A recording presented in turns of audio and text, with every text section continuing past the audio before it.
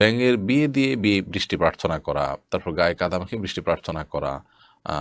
আফজাল হোসেন আপনি লিখেছেন, আফতাবনগরে আপনার ইমামতিতে সালাতুল ইস্তিসকা অনুষ্ঠিত হচ্ছে হয়েছে ইতিমধ্যে।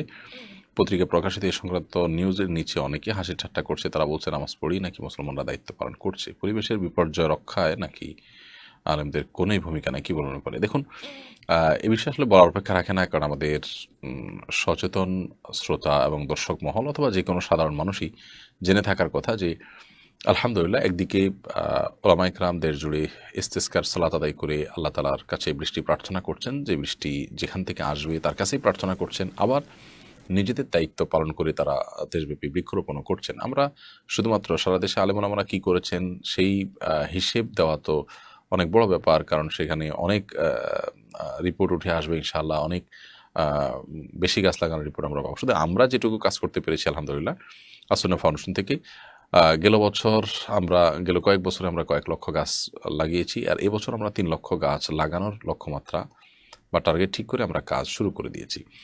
সারা দেশব্যাপী ওলামায়ে কেরাম বৃক্ষরোপণের জন্য যেভাবে উৎসাহিত করেন সাধারণ মানুষকে, সাধারণ মানুষের মধ্যে তার যতটুকু ইতিবাচক প্রভাব পড়ে ওলামায়ে কেরামের অবদান সেখানে অনেক বেশি।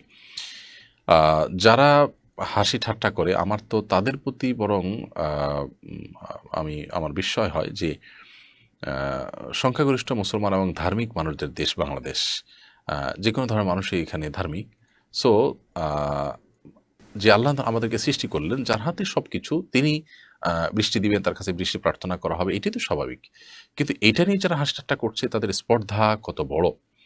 এত বড় আ ইসলাম বিদ্বেষী, ইসলাম আল্লাহদ্রোহী মানুষগুলো এই সমাজে তারা বসবাস করছে, সমাজের সকল সুযোগ সুবিধা নিচ্ছে। অথচ সমাজের মানুষের চিন্তাধারা, তাদের বিশ্বাস, তাদের আকীদা বিরোধী এ ধরনের দম্ভোক্তি করার দুঃসাহস তারা দেখাচ্ছে। পৃথিবীতে বোধহয় এ দেশেই এটা সম্ভব।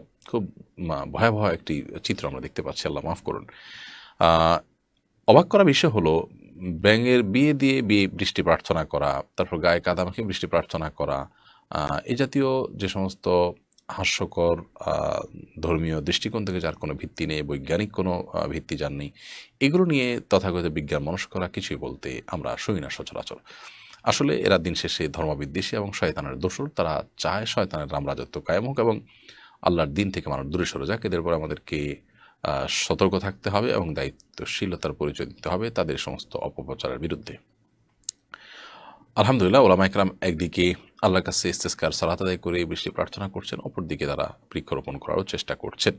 অর্থাৎ তাদের দায়িত্বে সবটুকুন তারা চেষ্টা করছেন, কিন্তু যারা সমালোচক তারা কোনোটাই করছে না। না বৃষ্টি প্রার্থনার নামাজ পড়ছে, না বৃক্ষরোপণ করছে, তারা শুধুই সমালোচনা করছে এবং ওলামায়ে কেরামের করা কাজগুলোর সুফল তারা ভোগ করছে মাত্র।